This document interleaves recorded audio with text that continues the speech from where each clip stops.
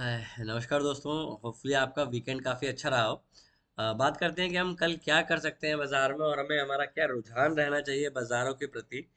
सबसे पहले हम एक बार ग्लोबल मार्केट के बारे में समझ लेते हैं कि ग्लोबल जो टेंशन चल रही है मैक्रो और माइक्रो दोनों में। पहले हम ग्लोबली एक बार बात करते हैं कि ग्लोबली क्या इम्पैक्ट है। देखिए, अगर ग्लोबली प्रॉब्लम रहेगी तो आप कुछ टाइम के लिए तो आउट परफॉर्म कर सकते हो, but over the period of time आपको अलायंस होकर ही काम करना पड़ेगा। अगर हम यूएस की बात करें, अमेरिका की बात करें, तो जो उनका डेट ऑन जीडीपी है वो फर्स्ट वर्ल्ड वॉर के बाद 120% से ऊपर चला गया है। तो जो कि एक वैसे ही प्रॉब्लम की बात है। अब साथ में अब दूसरा मुद्दा भी इसमें जोड़े, अगर डेट बढ़ेगा, अगर उनकी लाइबिलिटीज बढ़ेंगी अमेरिका की, तो लाइबिलिटी बढ़ने से उनके लिए सबसे बड़ी प्रॉब्लम क्या है कि इन्फ्लेशन का खतरा बढ़ता है। क्यों? क्योंकि इन्फ्लेशन क्यों बढ़ेगा? अगर वहाँ पे टैरिफ बढ़ते हैं या टैरिफ वो लगाते हैं, जो इम्पोर्ट वहाँ पे होता है और वो जो एक्सपोर्ट करते हैं उसको कम करने के लिए, जो टैरिफ का एक वॉर छिड़ा है वो ओवरनाइट समाप्त नहीं होगा। अब आपको रिलीफ रैली मिली है या नहीं मिली है वो बिसाइड द पॉइंट है। मुद्दा ये है कि हमें कोर कॉन्सेप्ट समझ में आना चाहिए, वो ज़्यादा ज़रूरी है अदर दिन एक बायस बना के जाने से। तो मेरे हिसाब से बाजार में अगर डेट ऑन जीडीपी इसी हिसाब से बढ़ता है अमेरिका का, जो कि उन्होंने कोशिश करी है, और वो एक इनिशियल एक अच्छा स्टेप है।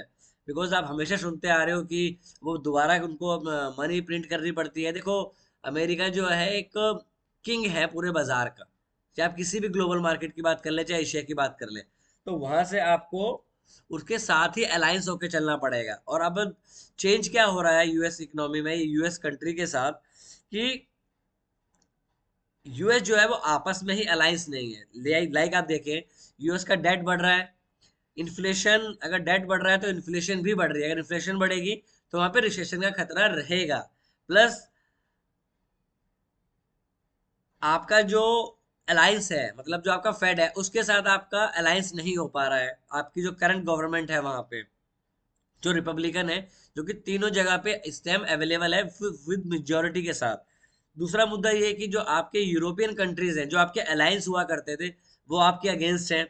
तीसरा मुद्दा ये है कि जो आपके अगेंस्ट थे, आप उनके साथ अलायंस करने के लिए जा रहे हो, लाइक रशिया और चाइना।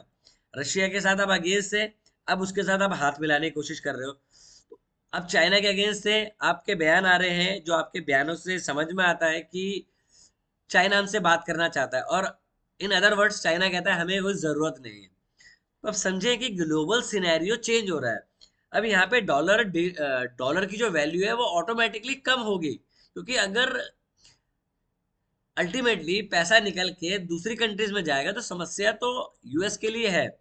बट मुद्दा ये है कि इसकी वजह से क्या हमें ट्रेड कैसे करना चाहिए। अब ये है एक लॉन्गर स्टोरी, एक बिगर पिक्चर टाइम फ्रेम।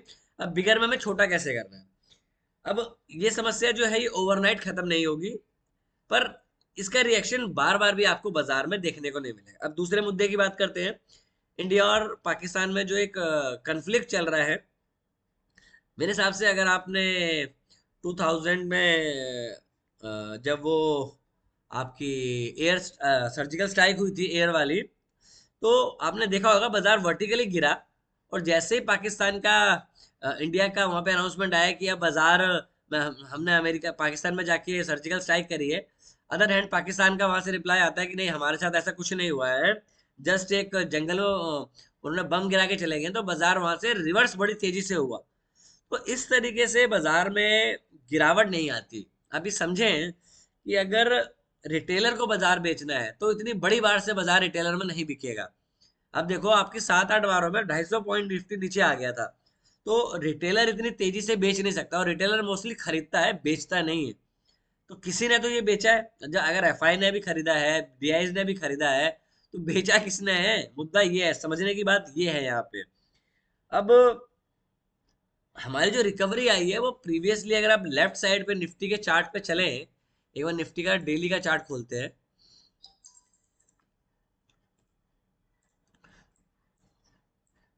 अगर पेन भी खोल लें, थोड़ा सा वीडियो लंबा हो जाएगा।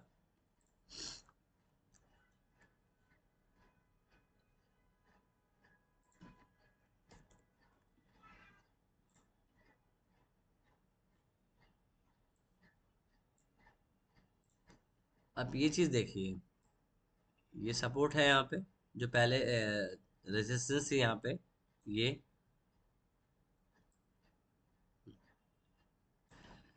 अब मुद्दा क्या है समझने का, अगर हम देखें अब 20 से ऊपर हो, 200 से ऊपर हो, ठीक है, एक दो तीन, 3 दिन के आप लो के नीचे बंद हुए, ये वाला। अब मेरे हिसाब से अगर बिग डेज बना है, तो कल के लिए क्या ट्रेड होना चाहिए वो बड़ा जरूरी है छोटे टाइम फ्रेम में समझना। अगर हम बड़े टाइम फ्रेम पे देखें तो इंपॉर्टेंट हो जाता है कि जो कल का लो है फ्राइडे का, मोटा मोटा रफली देखें तो 23,000, आपका लो है 23,850। तो अगर आपको फ्रेश डाउन साइड मिलेगी तो इसी लेवल के बाद मिलेगी, इससे पहले ना तो आपको ब्लाइंडली शॉर्ट करना चाहिए, ना ब्लाइंडली बाय करना चाहिए। हम अगर छोटे छोटे टाइम फ्रेम में देखते हैं कि 5 मिनट में हम कल कर क्या सकते हैं, ज़्यादा इंपॉर्टेंट ये है, ये जो मैंने आपको लेक्चर दिया है इसका समझाने का यही था कि देखो, जो आपको मोहलत मिली है फांसी की 3 महीने की, वो ज़रूरी नहीं है वो कि उसका कंक्लूजन क्या निकलता है, बट बाजार उस चीज को डाइजेस्ट कर जाएगा। और दूसरा जो यहाँ पे मुद्दा है हमारा इंटरनली, कि इंडिया और Pakistan war, I don't think so कि अगर वॉर होती भी है तो भी बाजार नहीं गिरेगा। आपको कारगिल की लड़ाई भी याद होगी कि जैसे ही लड़ाई स्टार्ट हुई, बाजार ऊपर ही चलता चला गया, क्योंकि बाजार पहले ही चीजों को डिस्काउंटेड कर लेता है, क्योंकि पैसा वही बनाएगा जो पहले एंटिसिपेट करके ट्रेड करेगा, बट ऑब्वियस प्राइस एक्शन के साथ। अब यहाँ पे आप देखिए, ये वर्टिकली डाउन साइड में आपको बाजार में देखने को मिला। अब मैंने यहाँ पे दो हॉरिजेंटल लाइन ड्रॉ करी है, एक ग्रीन लाइन ड्रॉ करी है, एक रेड लाइन ड्रॉ करी है। ये समझाने के लिए करी है मैंने आपको। अब 5 मिनट के चार्ट पे पहले हम अगर पिवट्स देख लेते हैं। अगर आप यहाँ देखो, ये वीकली पिवट्स है, तो वीकली जो पिवट्स बन रहे हैं आपके 24,060, 24,084, 24,106, ये आपके वीकली पिवट्स है। सेम लेवल पे अगर आप डेली पिवट्स पे जाएं तो सेम आपके डेली पिवट्स बन रहे हैं। तो मतलब अगर आप लेवल देखो 24,150 का, ये 130 और 140 का लेवल, ये वाला लेवल अगर आप देखो, ये काफी क्रूशियल लेवल है। बाजार में अगर बाइंग आएगी तो इस लेवल के ऊपर ही आपको बाइंग मिलेगी, और आपका टारगेट होगा इनिशियली ये वाला जोन, मतलब 24,300 आपका टारगेट होगा। अब मैं किस पॉइंट ऑफ व्यू से बोल रहा हूँ, इसको मैं दोबारा क्लियर करता हूँ आपको। ये आपका टारगेट होगा इनिशियली, किस कंडीशन में, अगर बाजार इस पॉइंट से ऊपर जाता है तो। अब इंपॉर्टेंट है जाता है तो, यहाँ पे ट्रिगर पॉइंट क्या है, जाता है, की पॉइंट। अब आप यहाँ पे एक चीज और समझे कि बाजार अगर इस रेंज और इस रेंज के बीच में खुलता है तो आपको ट्रेड नहीं करना है। मैं रिपीट कर रहा हूं, अगर बाजार 24,130 और आपका जो क्लोजिंग पॉइंट है ये वाला 24,000 रफली ले लीजिए, अगर 130 पॉइंट की रेंज में निफ्टी ओपन होता है इसके ऊपर या नीचे, तो आपको ट्रेड नहीं करना है। बिकॉज होगा क्या, यहाँ पे 200 है, आपका पिवट्स है डेली का और वीकली का, तो यहाँ पे आपकी तीन चीजें जो है वो कॉन्फ्लुएंस कर रही हैं। कभी भी अगर दो से ज्यादा चीजें कॉन्फ्लुएंस करती है तो वो वहां पे या तो सपोर्ट अच्छा बन जाता है या रेजिस्टेंस अच्छा बन जाता है। तो मुद्दा ये है कि हम कल ओपन कहाँ होते हैं, एसजीएक्स 100 पॉइंट ऊपर दिखा रहा है, बट वहां पे वॉल्यूम कम होते हैं, तो दैट इज अ रीजन कि आप उसको इतना सीरियसली उस चीज को नहीं आप बाजार में इनकॉर्पोरेट कर सकते। हम रिजल्ट्स की भी बात कर ले तो रिलायंस का कोई बहुत अच्छा रिजल्ट नहीं है, इन लाइन है जो उम्मीद थी, तो उससे इतना इम्पैक्ट पड़ेगा नहीं। आपका आईटी सेक्टर है, हो सकता है थोड़ा परफॉर्म करने की कोशिश करे, बट बैंकिंग भी आपका साइडवेज रहेगा, तो आप ऊपर इतनी जल्दी नहीं जाओगे जहां पे इस तरीके की अनिश्चितताओं का वातावरण बाजार में देखने को मिले। अब मुद्दा क्या है, मुद्दा ये है यहाँ पे कि अगर आप इस ग्रीन बार से ऊपर ट्रेड करते हो तो आपको बाय करना है, मतलब 24,130 के ऊपर ही बाएंगे, ठीक है। और इन केस बाजार इसके ऊपर खुलता है, अगर फर्स्ट 5 मिनट का हाई जाता है तो आप बाय करेंगे, आपका फर्स्ट 24,300 आपका फर्स्ट टारगेट होगा। ये होगी पहली कंडीशन। इन केस अगर बाजार ओपन ग्रीन हॉरिजॉन्टल लाइन के ऊपर होता है, ट्रिगर पॉइंट रहेगा फर्स्ट 5 मिनट का हाई। अगर बहुत बड़ी बार बन जाती है तो आपको ट्रेड छोड़ना पड़ेगा। दूसरा कंडीशन, इस जोन के बीच में अगर बाजार ओपन होता है तो नो ट्रेडिंग जोन होगा। निफ्टी की बात कर रहा हूं मैं, नो ट्रेडिंग जोन, तो नो ट्रेड यहाँ पे होगा, ठीक है। अब तीसरे ट्रेड की बात करते हैं, अगर निफ्टी यहाँ खुलती है देखो सिनेरियो की बात कर रहे हैं, होता है नहीं होता है that is beside the point. क्या होगा, एक तो ऐसे ऊपर खुले, एक होता है कि इसके बीच में खुले, एक हो सकता है कि नीचे खुले। यही तीन कंडीशन होंगी, या तो सेम लेवल खुले, या गैप अप खुले, या गैप डाउन खुले। इस तीन के अलावा और कोई ट्रेडिंग और कंडीशन नहीं हो सकती बाजार में। अगर बाजार यहाँ खुलता है, लो ब्रेक करता है फर्स्ट 5 मिनट का, तो आप शॉर्ट कर देंगे और आपका 24,400 24,500 का आपको टारगेट इजीली मिल जाएगा। ठीक है। अगर यहाँ बाजार खुलता है और ये लो तोड़ता है तो आप इनिशियली शॉर्ट करेंगे, देन आपको 24,400 24,600 की रेंज आराम से 200-250 पॉइंट की नीचे को आराम से मिल जाएगी। अब अगर बाजार यहाँ खुलता है और कंसोलिडेशन करके एक रेंज बना के यहाँ से ऊपर निकलने की कोशिश करता है, तो आपका ये स्टॉप लॉस होगा इस रेड लाइन का, और आप यहाँ तक का ट्रेड एग्जीक्यूट कर सकते हैं। देखो कल के लिए तीन सिनेरियो बनते हैं। क्यों क्यों सिनेरियो बनते हैं? क्योंकि आपकी जो रेंज है वो काफी वाइड है, आपकी ऑलमोस्ट 400 पॉइंट की रेंज है। तो 400 पॉइंट की रेंज में या तो आप ट्रेड ना करें, अगर आपको ट्रेड करना है तो आप बाउंड्री का वेट करें, यहाँ बाजार आए या यहाँ बाजार आए। इसके बीच में अगर आपको और सेफर खेलना है तो इसके बीच में कोई ट्रेड नहीं बनेगा। क्लियर है? बेटर क्या होगा, जो सेफर ट्रेड बनेगा, यहाँ से आप मीन रिवर्जन खेलें और यहाँ से आप मीन रिवर्जन खेलें। वो आप उसी कंडीशन में खेल सकते हैं यहाँ से मीन रिवर्जन, जहाँ पे आपके जो व्यूज हैं वो आपके चीजों को अलाइन करते हो। क्यों? यहाँ पे पिवट्स है, तो मेरे हिसाब से यहाँ से बाजार में आपको सेलिंग देखने को मिलेगी। और आप बहुत ज्यादा डाउन साइड गिरे हो, तो अगर बाजार यहाँ खुलता है तो इनिशियली के बाद यहाँ से आपको एक शॉर्ट कवरिंग देखने को मिल सकती है।